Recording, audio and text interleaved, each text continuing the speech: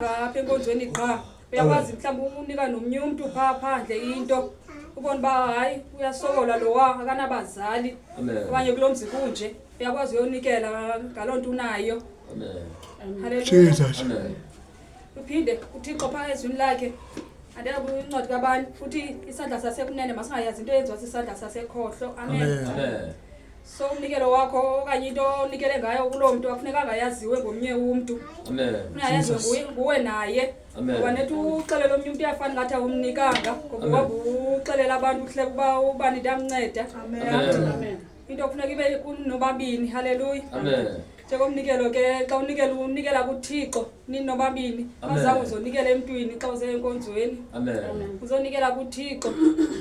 Ke ndive nabantu bekhalaza besithi ayiwonda lo mfundisi le mali uyenza ntoni? Ngoba ndibona into ithembo ayapha. Amen. Ngoko kwakunje. Haleluya. Amen. Abanye ke ngokuba abasakhonzi ngenxa yomnikelo. Amen. Lonto leyo ayithandwa ngabantu uSathana shem. Amen. Abantu babaleka ngenxa yomnikelo. Amen. Isikakhulu iwesi ke ngokwezicawe zamagweja utshiwo Moses. Amen. Kwezicawezi mosikatela ubizwa imali pha kuthiwe besicela abantu 1000. Amen. Bezomali zingakho. Amen. Kuthiwe mabeze ngaphambili bazothandazelwa. Amen. Umuntu afuma lonto ayifunayo. Amen. Konke ilonto enye le imkisa abantu enkonzweni. Jesus. Umuntu uyacinga uba yo zoyithatha phi imali engaka na? Amen. Uyapha efront. Amen. Haleluya. Amen.